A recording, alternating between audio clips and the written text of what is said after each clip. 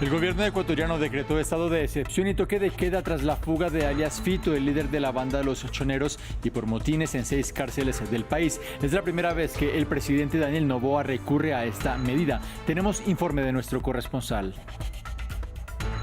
Este lunes se cumplió un año del asalto al Palacio de los Tres Poderes en Brasil. El presidente Lula da Silva encabezó unos homenajes para, según él, no olvidar lo que sucedió esa fecha y celebrar la democracia. Tenemos un reporte desde Río.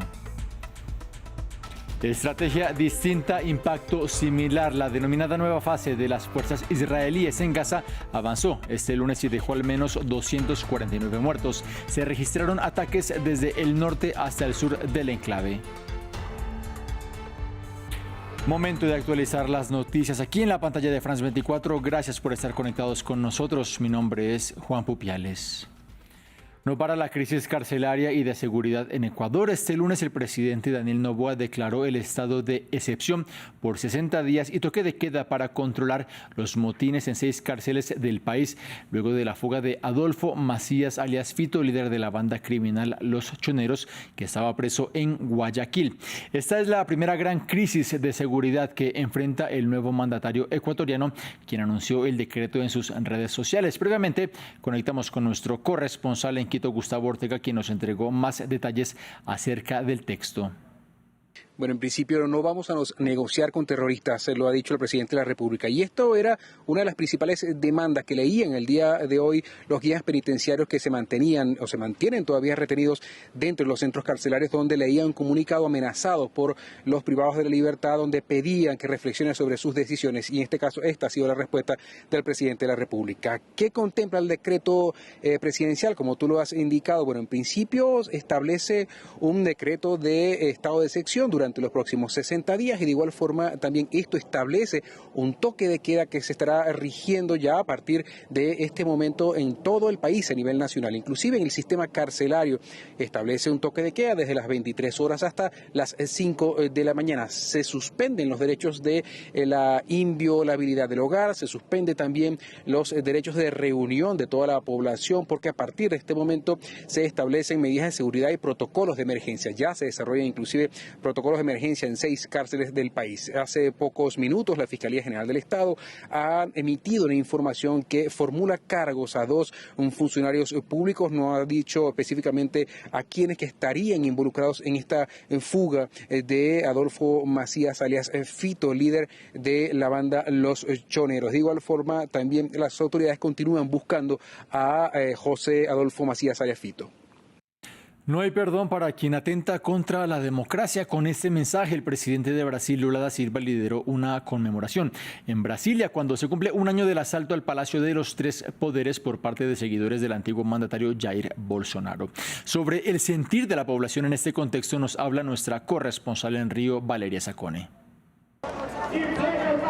En el primer aniversario de los atentados antidemocráticos de Brasilia, el mismo día en que el presidente Lula ha hecho en Brasilia una defensa apasionada de la democracia, una parte de la sociedad civil baja a la calle en Río de Janeiro precisamente para defender la democracia y decir no a la amnistía.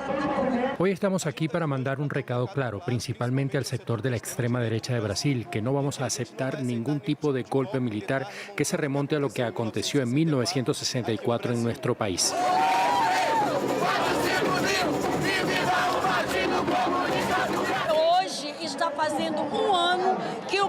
Hoy se cumple un año del mayor acto terrorista de la historia de Brasil,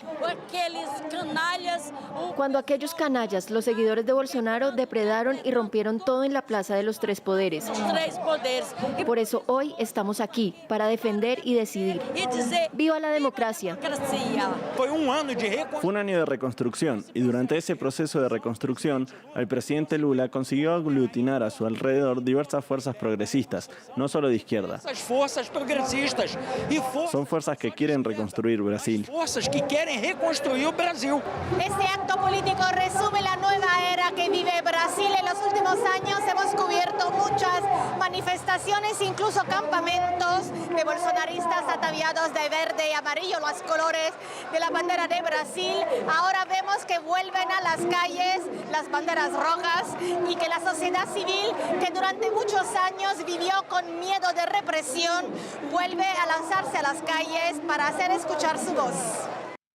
Actualizamos ahora con la caravana de migrantes que partió desde México el 24 de diciembre buscando llegar a Estados Unidos. Al menos 2.000 de estas personas se reagruparon y retomaron su marcha desde el estado de Chiapas al sur del país. Se estima que en un principio fueron unas 10.000 personas las que comenzaron esta peligrosa travesía. Sin embargo, se disiparon luego de que las autoridades mexicanas les prometieran permisos para transitar. El grupo, que en su mayoría es de Venezuela y Centroamérica, decidió retomar su rumbo luego de señalar incumplimientos en los compromisos del Ejecutivo. Después de asegurar haber desmantelado la estructura de Hamás en el norte de Gaza, Israel avanza con su denominada nueva fase, con ataques que este lunes se sintieron de norte a sur en la franja. En imágenes, la devastación que se registra en el centro del enclave palestino. Las autoridades de la franja denuncian que este lunes se registraron 249 muertos y 510 heridos. En total, de acuerdo con esta misma fuente, se registran 23.084 fallecidos y 58.926 heridos. Los temores a una escalada regional siguen creciendo en la frontera norte. La milicia chiita libanesa Hezbollah acusa a las fuerzas israelíes de haber matado a uno de sus comandantes. Desde Beirut nos amplió previamente nuestra corresponsal Etel Bonet.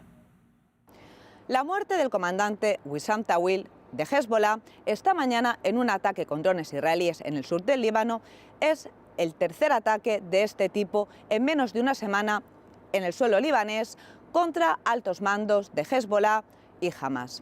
Podría decirse que se ha entrado en una nueva etapa del conflicto con ataques selectivos contra líderes de estas dos milicias islamistas que están luchando contra Israel desde el pasado 7 de octubre.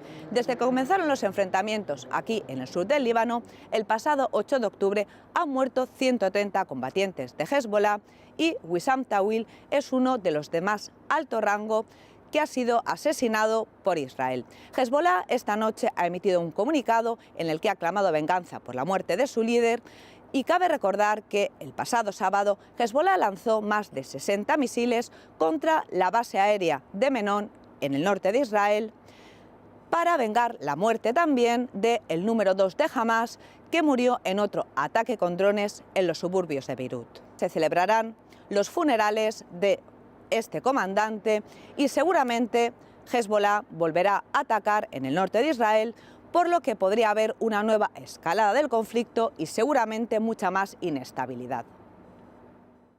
Hay luto en el mundo del fútbol. El alemán Franz Beckenbauer, campeón mundial como jugador y como entrenador con su selección, murió a los 78 años, anunció su familia. Reconocido como un innovador del balompié, era el mayor ídolo de este deporte en el país germano y su fallecimiento se une a los decesos en los últimos años de otros ídolos como Maradona o Pelé. Veamos el informe. And it's Beckenbauer who scores Germany's second in the 68th minute. Con solo 20 años, Franz Beckenbauer llevó a Alemania Occidental a la final de la Copa del Mundo. 6 años más tarde, condujo a su país al título europeo, ganando el primero de sus 2 balones de oro. En 1974, el chico de Múnich levantó el Mundial en su ciudad natal, capitaneando a su equipo en la final contra la Holanda de Johan Cruyff. Ganó 4 ligas y 3 Copas de Europa con el Bayern de Múnich, que dominó en la década de los 70. Sin experiencia como entrenador, llevó a Alemania a la final del Mundial de 1986, donde cayó ante la Argentina de Diego Armando Maradona. 4 años después, en Roma, Beckenbauer se convirtió en la segunda persona en ganar la Copa del Mundo como jugador y como entrenador. Futbolista tranquilo y con clase, inventó la posición de líbero defensivo, pero para los alemanes es mucho más que eso. Bajo el patrocinio de Beckenbauer ha llegado al mundo una imagen de Alemania, una Alemania feliz, una Alemania encantadora, una Alemania relajada.